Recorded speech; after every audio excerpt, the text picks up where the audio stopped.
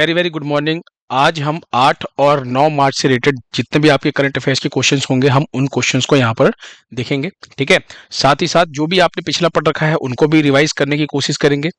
और बात करते हैं, क्लास को छोटी रखेंगे ताकि ज़्यादा समय आपको ना लगे क्लास को मतलब अटेंड करने में, और कम समय में ज़्यादा से ज़्यादा चीज़ें हम लोग यहाँ पर कवर कर सके। ठीक है, तो सबसे पहले क्वेश्चन की तरफ चलते हैं। आज का जो हमारा सबसे पहला क्वेश्चन है वो है global terrorism index 2025।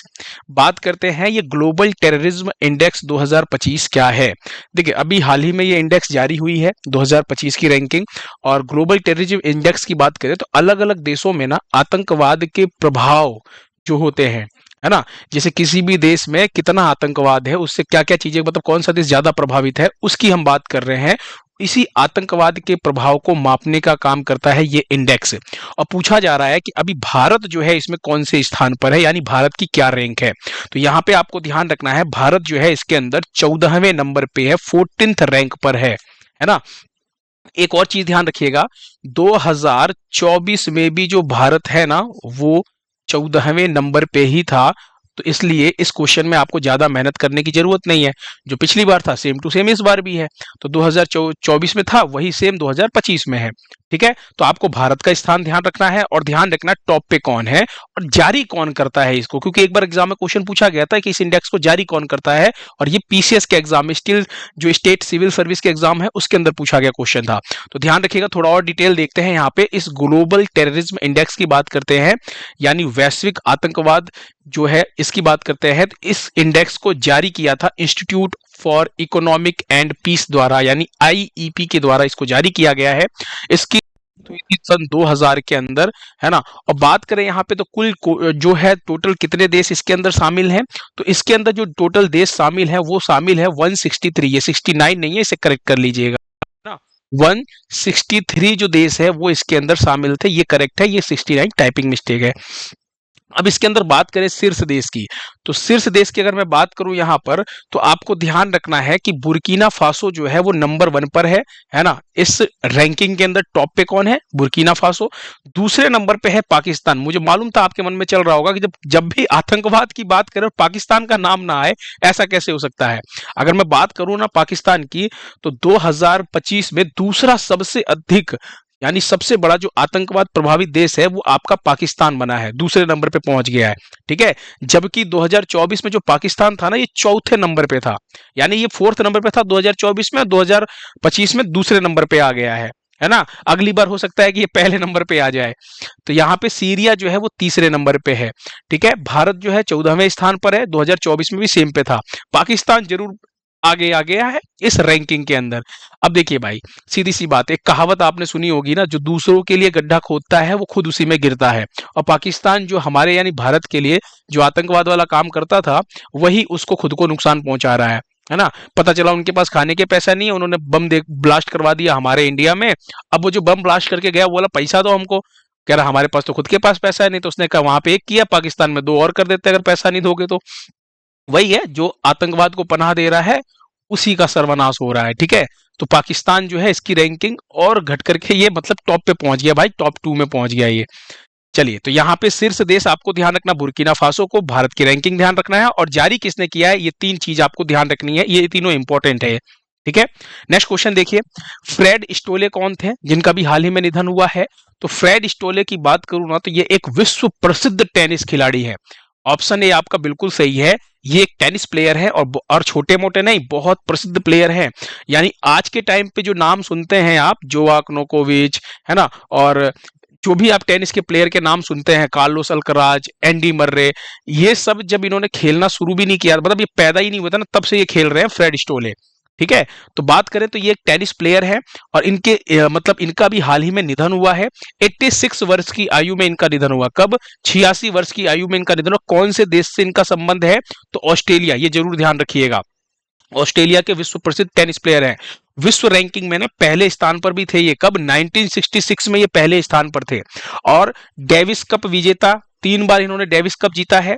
Davis cup जो पुरुषों का टेनिस टूर्नामेंट होता है उसकी बात कर रहे हैं। 64 में, 1964, 1965 और 1966, और 66 में ही ये पहले स्थान पर थे विश्व रैंकिंग में। 2 बार इन्होंने ग्रैंड स्लैम का ना सिंगल जो आपका खिताब है, यानी एकल्स खिताब, यानी जो सिंगल जो टूर्नामेंट होता है उसकी हम बात कर रहे हैं।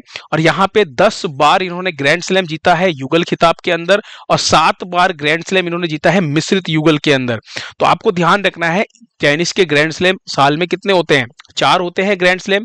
कौन कौन से होते हैं? तो आपको ध्यान रखना है, जनवरी में सबसे पहले आपका ऑस्ट्रेलियन ओपन होता है ना, फिर आपका फ्रेंच ओपन होता है, फिर आपका जो होता है विंबलडन ओपन होता है, और लास्ट में होता है आपका यूएस ओपन। ये इसी क्रम में ना आपके जो है ये टूर्नामेंट होते हैं, है ना। अगर मैं बात करूं तो ये टेनिस के टूर्नामेंट है, ग्रैंड स्लैम टूर्नामेंट जिसको कहा जाता है, ठीक है। और ये सेम इसी क्रम में होते हैं, साल में 4 बार होते हैं।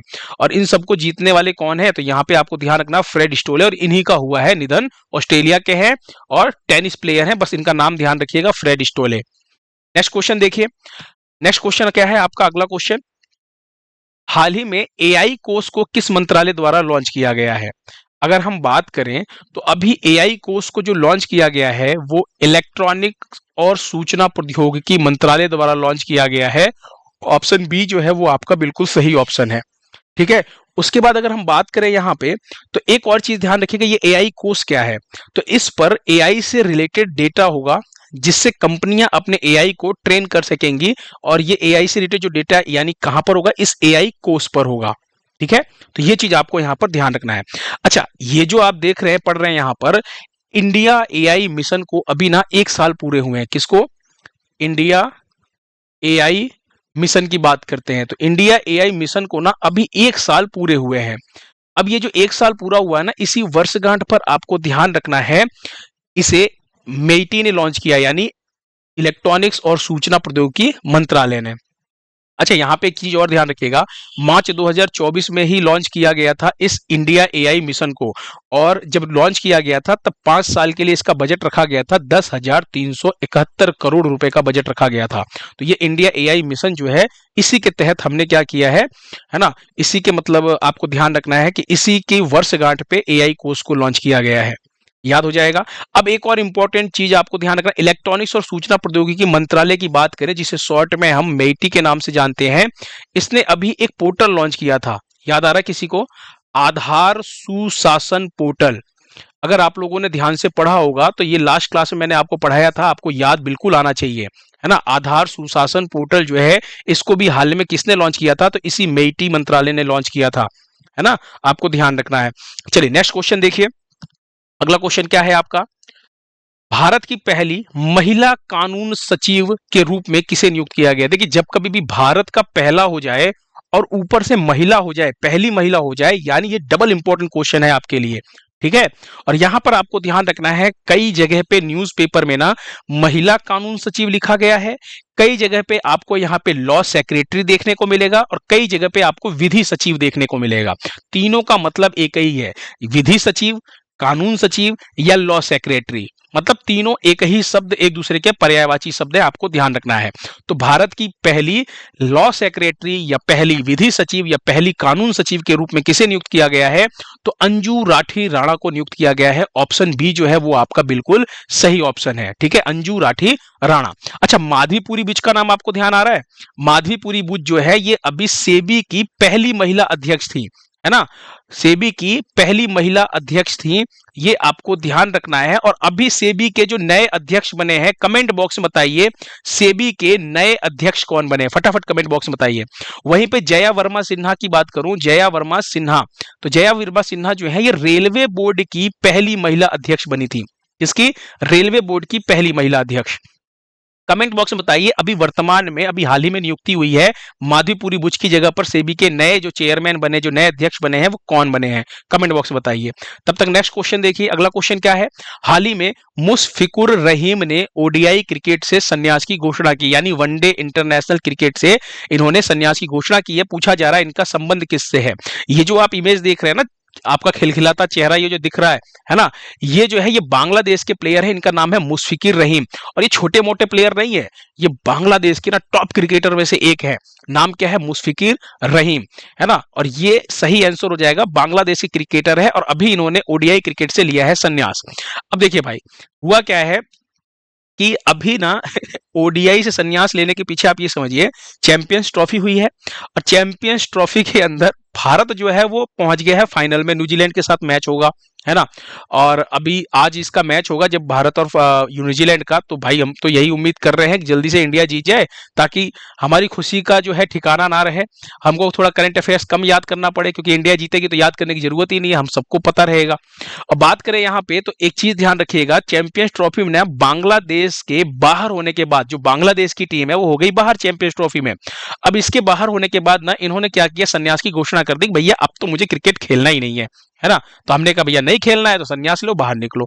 चलो, तो अब आपको ध्यान रखना है कि बांग्लादेश के क्रिकेटर हैं मुशफिकुर रहीम और इन्होंने संन्यास ले लिया है। अच्छा, अभी कुछ महीने पहले ही आपको ध्यान रखना, कुछ दिन पहले ही एक और बांग्लादेश के क्रिकेटर है, नाम क्या है? तमीम इकबाल।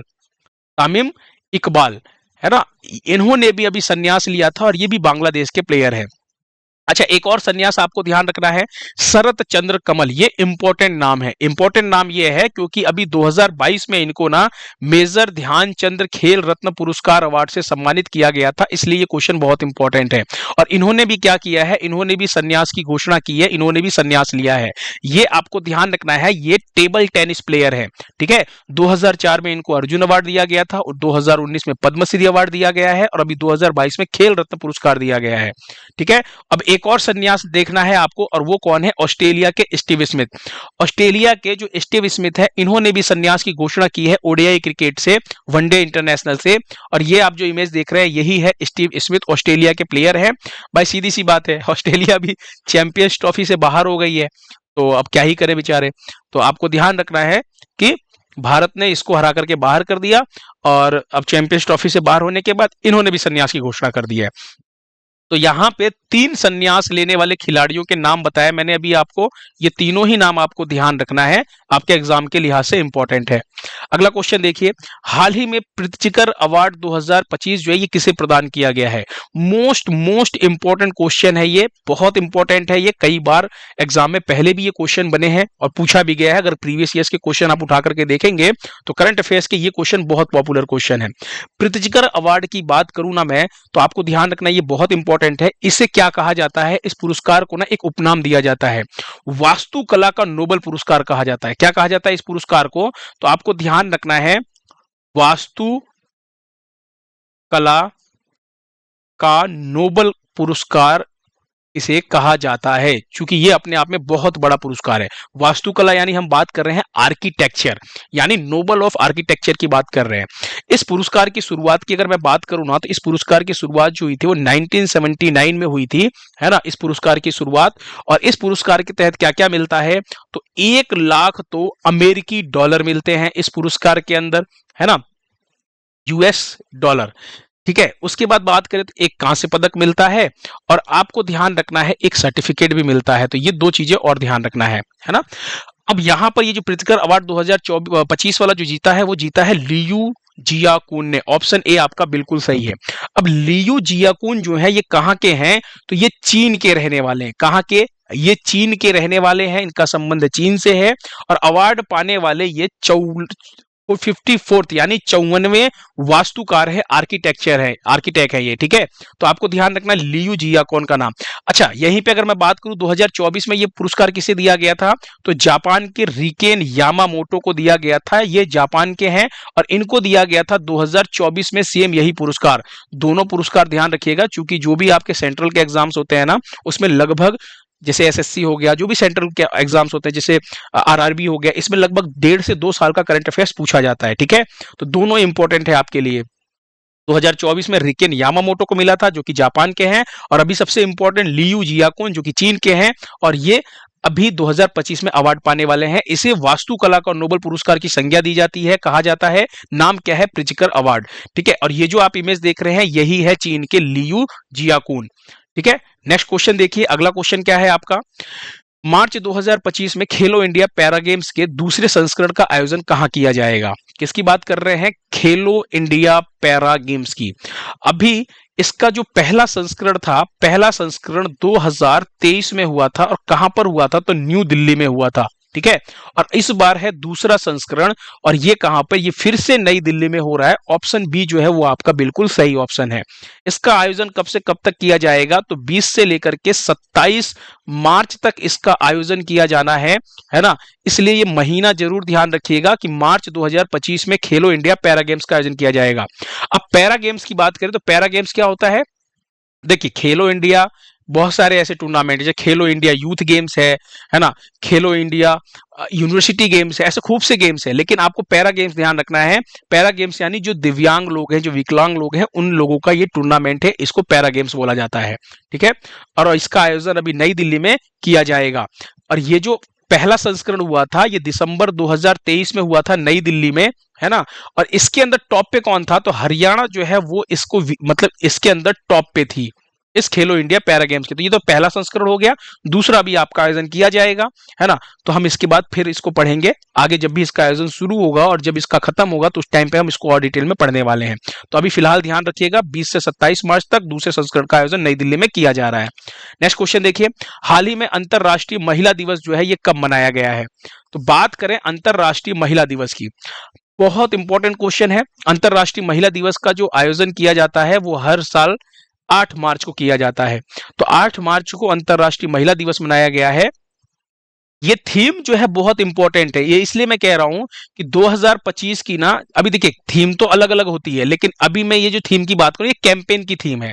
यानी ये जो अंतरराष्ट्रीय महिला दिवस पे जो कैंपेन चलाया जा रहा है ये उसका थीम है।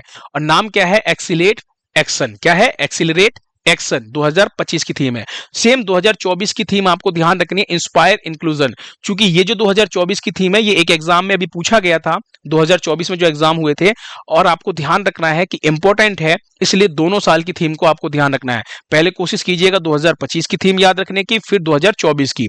चूंकि थीम बहुत छोटी है इसलिए आपके एग्जाम के लिहाज से बहुत इंपॉर्टेंट है।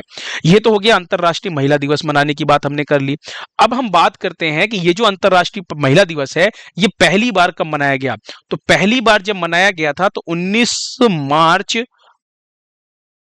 1911 में मनाया गया था, ठीक है, पहली बार। फिर 1917 में क्या हुआ?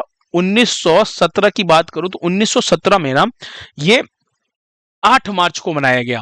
1917 में ये पहली बार फिर 8 मार्च को मनाया गया। यानी पहले तो ये 19 मार्च को मनाया गया था, फिर 8 मार्च को 1917 में मनाया गया। क्यों? क्योंकि 1917 में ना 8 मार्च के दिन रूसी महिलाओं का एक प्रोटेस्ट हुआ था, और उसी के बाद इस दिन की जो तारीख है उसको बदल करके 8 मार्च कर दिया गया। उसके बाद आपको ध्यान रखना है, यूनाइटेड नेशंस की बात करें यानी यूएन की बात करूं, संयुक्त राष्ट्र की, तो इसने क्या किया? 1975 में, कहीं कहीं पे 1977 आपको दिखेगा, आप ध्यान रखिएगा, 1975 में इसे आधिकारिक तौर पर मान्यता दे दी कि 8 मार्च को यूएन ने क्या मान्यता दिया कि 8 मार्च को हम अंतरराष्ट्रीय दिवस जो है वो मनाएंगे। तो ये आपको कुछ डेट चीजें जो ध्यान रखनी है। तो आप बस इतना ध्यान रखिए, अंतरराष्ट्रीय महिला दिवस 8 मार्च को मनाया जाता है। और राष्ट्रीय महिला दिवस अगर आपसे पूछा जाए तो आपको ध्यान रखना है 13 फरवरी को मनाया जाता है। और 13 फरवरी को किसकी जयंती पर मनाया जाता है? तो आपको ध्यान रखना है सरोजिनी नायडू का नाम, ठीक है, सरोजिनी नायडू की जयंती पर यह मनाया जाने वाला आपका है राष्ट्रीय महिला दिवस। दोनों ही एग्जाम के लिहाज से इंपॉर्टेंट है, ठीक है। नेक्स्ट क्वेश्चन देखिए, अगला क्वेश्चन क्या है आपका? मार्च 2025 में विश्व सतत विकास शिखर सम्मेलन 2025 का आयोजन जो है वो कहां किया गया है? तो ध्यान रखिएगा, ये जो आयोजन किया गया है जिसे हम क्या बोलते हैं? World sustainable development summit 2025, short में WSDS, यानी वर्ल्ड सस्टेनेबल डेवलपमेंट समिट 2025 की बात करें। इंपॉर्टेंट क्वेश्चन है, ध्यान रखिएगा। और इस बार जो इसका आयोजन किया गया है वो नई दिल्ली में किया गया है। ऑप्शन डी जो है वो आपका बिल्कुल सही है। इस बार जो संस्करण है वो 14वां संस्करण है ना, 14th आपका ये एडिशन है। पहली बार इसको कब आयोजित किया गया था? तो पहली बार 2001 में इसका आयोजन किया गया था, इस समिट का आयोजन किया गया था। इसका उद्घाटन किसने किया है? तो ध्यान रखिएगा। और उससे पहले ये ध्यान रखिएगा उसका उद्देश्य क्या है। सतत विकास के लक्ष्यों को प्राप्त करने के उद्देश्य से इस सम्मेलन का जो है ये आयोजन किया गया है। और हम यहाँ पे बात करते हैं कि 24वां संस्करण है इस बार। 5 से 7 मार्च को इसका मतलब आयोजन किया जा रहा है, मतलब अभी किया गया है। आयोजनकर्ता कौन है ये इंपॉर्टेंट है, ध्यान रखिएगा। तो टेरी के द्वारा आयोजन किया गया था, TERI यानी the energy and resources institute के द्वारा। और इसका उद्घाटन किसने किया है? तो पर्यावरण मंत्री भूपेंद्र यादव का नाम आपको ध्यान रखना है, केंद्रीय मंत्री हैं, इन्होंने इसका उद्घाटन किया है। तो ये जरूर ध्यान रखिएगा उद्घाटन किसने किया है। ठीक है। अगर हम थीम की बात करें तो सतत विकास और जलवायु समाधान में तेजी लाने के लिए साझेदारी, ये इसकी थीम है इस बार की। ठीक है। ये जो आपको यहां पर ये लिखा हुआ दिख रहा है ना, ये इस बार की थीम है ना। आपको मैं PDF टेलीग्राम चैनल पे अवेलेबल करवा दूंगा, ये इस बार की थीम है। ठीक है। इस थीम को याद रख लीजिएगा, जूम करेंगे तो आप बहुत अच्छे से इसको देख पाएंगे।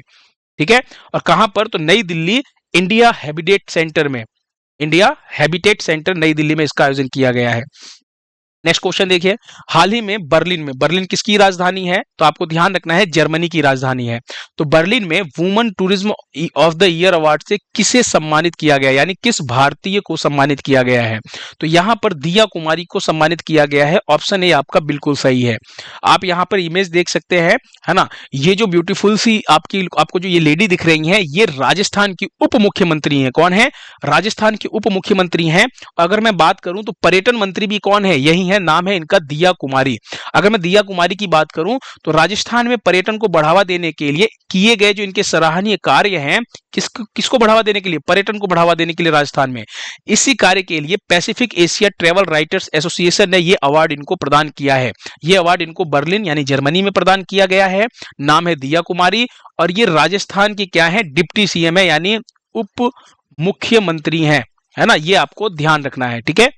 और राजस्थान की पर्यटन मंत्री भी है।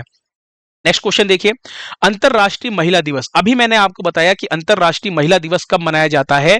तो 8 मार्च को मनाया जाता है। तो इसी 8 मार्च को अंतरराष्ट्रीय महिला दिवस पर राष्ट्रपति द्रौपदी मुर्मू ने नारी शक्ति से विकसित भारत सम्मेलन 2025, ये इस सम्मेलन का नाम है, इस समिट का नाम है। नाम क्या है? नारी शक्ति से विकसित भारत सम्मेलन 2025।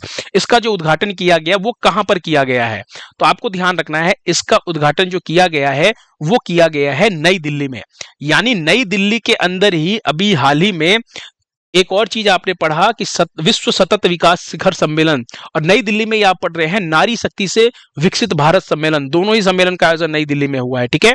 अगर मैं बात करूं तो इसका आयोजन महिला एवं बाल विकास मंत्रालय के द्वारा किया गया है, नई दिल्ली में किया गया है। इस सम्मेलन में कौन कौन आएगा? तो ध्यान रखिएगा, महिलाओं का सम्मेलन है। तो इस सम्मेलन के अंदर दिल्ली पुलिस, आंगनवाड़ी कार्यकर्ता, आशा कार्यकर्ता, स्वयं सहायता समूह और जो अर्धसैनिक बल है, यानी जो पैरामिलिट्री फोर्स है, हम उसकी बात कर रहे हैं, उन अर्धसैनिक बलों की जो महिला अधिकारी हैं वो सब इसके अंदर शामिल हुई हैं, है ना। इस सम्मेलन के अंदर आयोजन कहां पर किया गया? नई दिल्ली में। और उद्घाटन किसने किया है? द्रौपदी मुर्मू ने। ठीक है। नेक्स्ट क्वेश्चन देखिए, हाल ही में प्रधानमंत्री मोदी को ना बारबाडोस के मानद order of freedom of Barbados पुरस्कार से सम्मानित किया गया है। इस पुरस्कार को किसने ग्रहण किया है? ध्यान से सुनिएगा इस क्वेश्चन को। अगर मैं बात करूं तो ये जो है बारबाडोस का ना क्या एक सर्वोच्च नागरिक सम्मान है। जैसे हमारे यहाँ पे भारत रत्न मिलता है ना भारत में, वैसे ही जो बारबाडोस जो है देश है एक, और इस बारबाडोस की अगर मैं बात करूं यहाँ पर, तो इस बारबाडोस का सर्वोच्च जो सम्मान है वो है मानद ऑर्डर ऑफ, मतलब order of freedom of Barbados. तो आपको ध्यान रखना है ये पुरस्कार प्रधानमंत्री नरेंद्र मोदी जी को दिया गया। घोषणा कब की गई थी? 2024 में बारबाडोस के द्वारा घोषणा की गई थी कि ये अवार्ड जो है उनको देना है। अब क्यों दिया जा रहा है? तो दरअसल ये जो बारबाडोस है, भारत ने कोविड-19 के टाइम पे, आपको पता है ना कोविड-19 के टाइम पे कितनी बड़ी त्रासदी हुई थी। उस टाइम पे कोविड-19 के दौरान भारत ने ना बारबाडोस की बहुत मदद की थी, है ना। चाहे वो वैक्सीन को लेकर के हो, चाहे मेडिसिन को लेकर के हो, तो भारत ने इस कैरिबियाई देश की मदद की थी। तो 2024 में इस पुरस्कार को देने की घोषणा की गई थी भारत के प्रधानमंत्री को। लेकिन अभी ये पुरस्कार जो है प्रधानमंत्री नरेंद्र मोदी ने ग्रहण नहीं किया, मतलब दिया तो इन्हीं को गया है, लेकिन इनकी जगह पर, मोदी जी की जगह पर इस पुरस्कार को किसने लिया है? तो इसको लिया है पवित्रा मार्गेरिटा ने। पवित्रा मार्गेरिटा की बात करूं तो ये जो आप इमेज देख रहे हैं यही है पवित्रा मार्गेरिटा। ऑप्शन डी आपका बिल्कुल सही है। अवार्ड मोदी जी को ही मिला है, बस मोदी जी वहां पर नहीं थे तो उनकी जगह पर इन्होंने ये अवार्ड ले लिया है ना। बस इतना आपको ध्यान रखना है, क्योंकि ये थोड़ा सा अलग हटके क्वेश्चन था। पवित्रा मार्गेरिटा का नाम आपको ध्यान रखना है, हो सकता है एग्जाम में आपसे ये क्वेश्चन पूछा जाए। बात करें एक बार देखिए बारबाडोस देश को, देखते कहां पर है ये बारबाडोस। तो आपने ना वर्ल्ड मैप देखा होगा, जहां पे ये आप देख रहे हैं यहां पर, ये है आपका नॉर्थ अमेरिका कॉन्टिनेंट और ये है आपका साउथ अमेरिका कॉन्टिनेंट। यानी बात करूं तो ये आपका उत्तरी अमेरिका महाद्वीप है, ये दक्षिणी अमेरिका महाद्वीप है। इसके बीच में यहां पे आपको कैरेबियन सी दिख रहा है, यानी कैरेबियन सागर। इस कैरेबियन सागर में जो स्थित देश होते हैं इन्हीं को हम बोलते हैं कैरिबियाई देश। उसी कैरिबियाई देश में ये छोटा सा जो डॉट दिख रहा है आपको, यहां पर है बारबाडोस। ये बारबाडोस जो एक छोटा सा द्वीप है ना, इस कैरेबियाई सागर के अंदर। तो इस कैरेबियन देश को देखिए यहां पर थोड़ा सा बड़ा करके मैंने रख दिया है। ये जो अब आपको दिख रहा है छोटा सा जो है, अब बड़ा कर दिया मैंने यहाँ पे, ये देखिए यही है वो बारबाडोस देश। ठीक है, अगर मैं बात करूं तो ब्रिज टाउन जो है वो क्या है, इसकी राजधानी है ना। और यहाँ की करेंसी क्या है, तो बारबेडियन डॉलर करेंसी है। प्रधानमंत्री मियां मोटली ध्यान रखिएगा, राष्ट्रपति सेंड्रा मेसन का नाम आपको ध्यान रखना है। ठीक है, तो ये आपको ध्यान रखना थोड़ा सा बारबाडोस के बारे में। इसकी राजधानी जरूर ध्यान रखिएगा, जब कोई भी करंट अफेयर्स के अंदर कोई भी देश ज्यादा चर्चा में रहता है तो उसकी राजधानी, उसके राष्ट्रपति, ये क्वेश्चन जो है एग्जाम में इंपॉर्टेंट हो जाता है। नेक्स्ट क्वेश्चन देखिए, EV entrepreneur of the year 2025 India award से किसे सम्मानित किया गया है। तो आपको ध्यान रखना है, ये सम्मानित किया गया है नितिन कामत को। ऑप्शन सी आपका बिल्कुल सही है। अगर मैं बात करूं तो नितिन कामत कौन है, ये जेरोधा के क्या है, फाउंडर और सीईओ हैं। जेरोधा, जैसे आपने देखा होगा कि शेयर मार्केट में इन्वेस्ट करने के लिए एक एप्लीकेशन डाउनलोड करना पड़ता है ना। तो एंजल वन हो गया, अप स्टॉक हो गया, ग्रो हो गया, ऐसे नाम आपने सुने होंगे ना, उसी टाइप का आपको ध्यान रखना है। जेरोधा भी ऐसा ही एक एप्लीकेशन है। जेरोधा भी क्या काम करता है, वही शेयर मार्केट में स्टॉक के ऊपर आपको जो भी लेन देन करना है, या जो भी मतलब आप ये समझिए कि ऑनलाइन एक स्टॉक मतलब एक एप्लीकेशन है जिसके माध्यम से शेयर खरीदे और बेचे जाते हैं, है ना, इन्वेस्ट किया जाता है, निवेश किया जाता है। ठीक है, तो उसी जेरोधा कंपनी के ये फाउंडर और सीईओ हैं, नाम है इनका नितिन कामत, और इनको दिया गया है EY entrepreneur of the year 2025 का इंडिया अवार्ड। ठीक है, नेक्स्ट क्वेश्चन देखिए, फेस्टिवल ऑफ लेटर्स 2025 जो है ये कहाँ आयोजित हुआ अभी हाल ही में।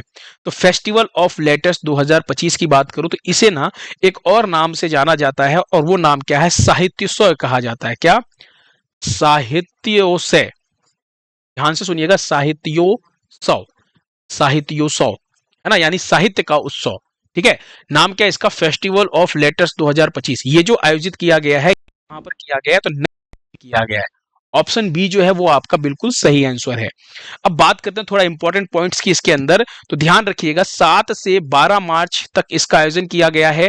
रविंद्र भवन नई दिल्ली में इसका आयोजन किया गया है। आयोजक यानी आयोजनकर्ता कौन है, साहित्य अकादमी यानी संस्कृति मंत्रालय जो भारत है उसके द्वारा ये किया गया है। उद्घाटन किसने किया है, तो केंद्रीय मंत्री गजेंद्र सिंह शेखावत का नाम ध्यान रखना है। इसके अंदर जो मुख्य अतिथि थे, जो चीफ गेस्ट थे, वो कौन थे, अंग्रेजी नाटककार महेश दत्तानी का नाम ध्यान रखिएगा। विषय की बात करें तो भारतीय साहित्य परंपरा जो है इसका विषय है। ये जो आप सिंबल देख रहे हैं यहाँ पे, जो लोगो देख रहे हैं, यही है साहित्योत्सव फेस्टिवल ऑफ लेटर्स 2025, 7 से 12 मार्च। इसके अंदर आपको एक चीज और ध्यान रखना है, इस महोत्सव में आपको क्या ध्यान रखना है कि लगभग कितने कितने 700 लेखक, लगभग 700 लेखकों ने इसके अंदर पार्टिसिपेट किया था। ठीक है, अगला क्वेश्चन देखिए, नेक्स्ट क्वेश्चन, हाल ही में बेंगलुरु सिटी यूनिवर्सिटी का नाम भारत के किस पूर्व प्रधानमंत्री के नाम पर रखा गया है। देखिए अभी हाल ही में ना बहुत सी चीजों का नाम बदले गए हैं। जैसे मैं बात करूं, राजस्थान की जो अजमेर में स्थित फॉय सागर झील था उसका नाम बदल करके वरुण सागर किया गया है ना। जोमेटो का नाम बदल करके अभी इटरनल किया गया है। वैसे ही अभी बहुत सी चीजों के नाम बदले गए हैं। अभी बेंगलुरु सिटी जो यूनिवर्सिटी है उसका नाम जो है बदल करके भारत के जो पूर्व प्रधानमंत्री हैं डॉक्टर मनमोहन सिंह, इनके नाम पर रखा गया है। आप यहाँ पे मनमोहन सिंह को देख रहे हैं, XPM है हमारे, है ना। और इनके सम्मान में, अगर मनमोहन सिंह की बात करें तो इनके सम्मान में इस यूनिवर्सिटी का नाम बदल करके रखा गया है। ठीक है, इनके नाम पर। नेक्स्ट क्वेश्चन देखिए, हाल ही में किस राज्य में प्रोजेक्ट हिफाजत शुरू किया गया है।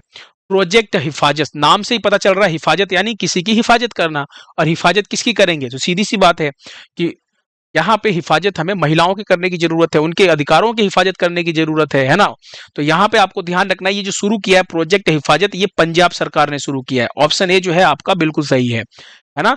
यहाँ पर पंजाब सरकार ने महिलाओं के सम्मान और उनकी सुरक्षा को सुनिश्चित करने के लिए इस प्रोजेक्ट हिफाजत की शुरुआत की है। पंजाब ने, ठीक है, तो ये ध्यान रखिएगा। लास्ट टाइम पे मैंने आपसे क्वेश्चन पूछा था कि पहली डॉल्फिन गणना के अनुसार सर्वाधिक डॉल्फिन जो है वो किस राज्य में स्थित है, और मैंने ये भी पूछा था कि कुल डॉल्फिन की संख्या कितनी है। तो दोनों चीज मैंने आपसे पूछी थी। अब बहुत से बच्चों ने, सबने लगभग आंसर दिया है, और बहुत से बच्चों ने कुल कितनी डॉल्फिन थी उसका भी आंसर दिया था, ठीक है। तो हम इस क्वेश्चन को थोड़ा फिर से देखते हैं। यहां पे आपको ध्यान रखना है कि जो पहली डॉल्फिन गणना हुई थी, रिपोर्ट किसने जारी की थी? प्रधानमंत्री मोदी जी ने रिपोर्ट जारी की थी, जिसके अंदर टोटल अगर डॉल्फिन की बात करें तो टोटल डॉल्फिन जो है वो कितनी थी, तो आपको ध्यान रखना है कुल 6327 डॉल्फिन थी, जिसमें सर्वाधिक किसमें, तो सर्वाधिक उत्तर प्रदेश में। ऑप्शन सी आपका बिल्कुल सही है, उत्तर प्रदेश पहले नंबर पे, दूसरा बिहार और तीसरे नंबर पे है पश्चिम बंगाल। और उत्तर प्रदेश की बात करो तो उत्तर प्रदेश में टोटल कितनी डॉल्फिन, तो 2397 डॉल्फिन देखने को मिली थी, है ना। और अगर मैं बात करूं यहां पर, तो ये जो जनगणना हुई थी 8 राज्यों में हुई थी, है ना, जहां पर नदियां बहती हैं उसी मतलब उसी मेन उन्हीं राज्यों में हुई थी, ठीक है, क्योंकि ये नदी में ही डॉल्फिन पाई जाती है हमारे यहाँ पे, है ना। चलिए नेक्स्ट क्वेश्चन आज आपके लिए एक छोटा सा और है, क्या है कि एमआरएफ के ब्रांड एम्बेसडर कौन बने हैं? एमआरएफ एक बहुत बड़ी कंपनी है ना, मतलब आप समझिए कि टायर्स कंपनी बहुत बड़ी कंपनी है। अक्सर आपने क्रिकेटरों के बैट के ऊपर इसका प्रचार देखा होगा। और बात करें तो इस ब्रांड के एम्बेसडर अभी हाल ही में कौन बनाए गए हैं, आपको आंसर देना है कमेंट बॉक्स में, है ना। कमेंट बॉक्स में फटाफट आंसर दीजिए। और हाँ, पीडीएफ जो है वो आपको as it is Telegram channel पे मिल जाएगा। डिस्क्रिप्शन जो बॉक्स है नीचे, यहाँ पे आपको वहां पे उसका लिंक मिल जाएगा। और लाइक का जो टारगेट है, मैंने 100 लाइक का टारगेट रखा है, आप जरूर लाइक कीजिएगा। आपके लाइक से ना मुझे काफी मोटिवेशन मिलता है, ठीक है। सिर्फ 100 लाइक की बात है। थैंक यू सो मच, और मिलते हैं फिर नेक्स्ट वीडियो में।